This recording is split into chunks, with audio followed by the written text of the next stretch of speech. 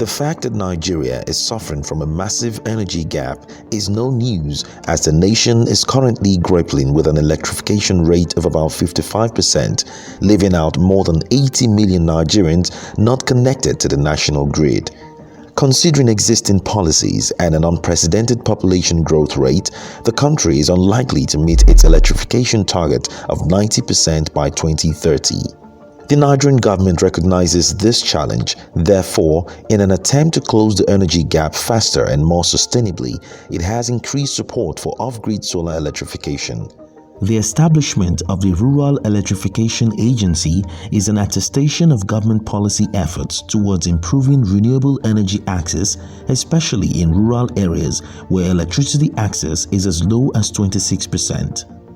Nevertheless, the affordability of off-grid solutions presents a potential barrier to increasing electrification, particularly within low-income households who live below the poverty line. According to the World Poverty Clock, as of August 2021, 86.8 million Nigerians live in extreme poverty who are unable to afford more than $2 a day for basic needs including food, shelter, clothing, and most especially electricity. Out of the more than 17 million households without electricity access across Nigeria, over 14 million are unable to afford electricity without any form of subsidy or financial support. Already, electricity coming from the grid has been heavily subsidized for low-income consumers across the country. Affordable electricity tariff plan targeted at low-income areas has been made possible through the Multi-Year Tariff Order, or MITO, approved by the Nigerian Electricity Regulatory Commission, establishing a uniform tariff for low-income consumers of 4 naira per kilowatt, which is then cross-subsidized by higher-income consumers.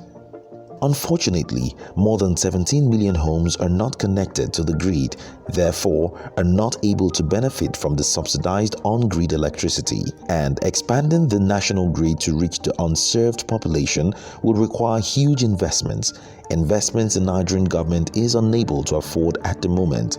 Hence, the reason for off-grid solutions as an alternative to improve electrification.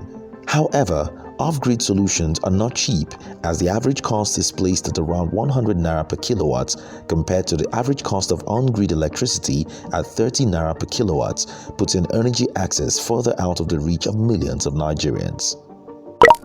Against this backdrop, energy experts suggest that a similar demand-side subsidy tool implemented through the MITO can also be adopted in the off-grid sector as a solution to Nigeria's electrification predicament, which could also potentially address the affordability of renewable energy solutions among low-income consumers. This demand-side subsidy policy could be instrumental in helping Nigeria meet not only its electrification goals but also key multilateral commitments like the Sustainable Development Goal 7 that ensures access to affordable, reliable, and sustainable energy for all. Demand-side subsidies are tools used by the government to improve affordability and access to critical products for low-income persons and vulnerable groups. This allows target consumers to access products cheaper. Energy experts have proposed this subsidy tool as a relevant instrument in improving affordability and access to renewable energy solutions to vulnerable groups. Across Africa, governments are already implementing demand-side subsidy programs to scale off-grid markets and increase energy access. In 2017, Togo commenced the CISO program with the objective of achieving 100% electrification by 2030.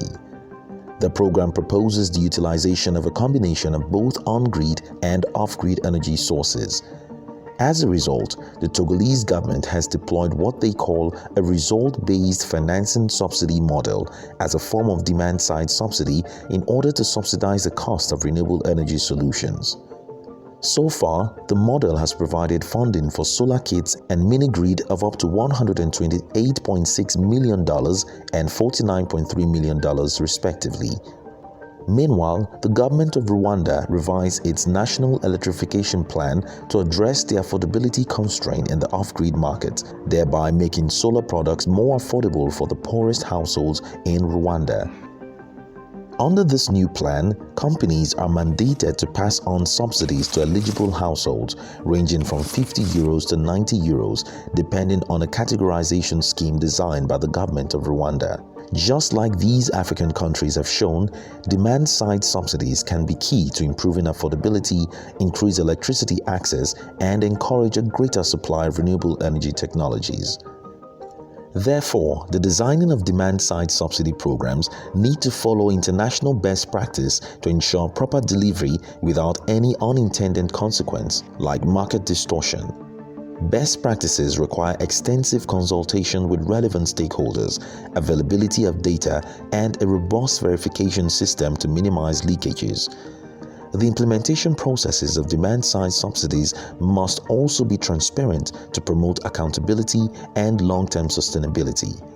Off-grid solutions might present themselves as a quick alternative in meeting growing electricity demand, yet these solutions are still very much expensive and out of reach to the millions of low-income households who desperately need access to affordable electricity.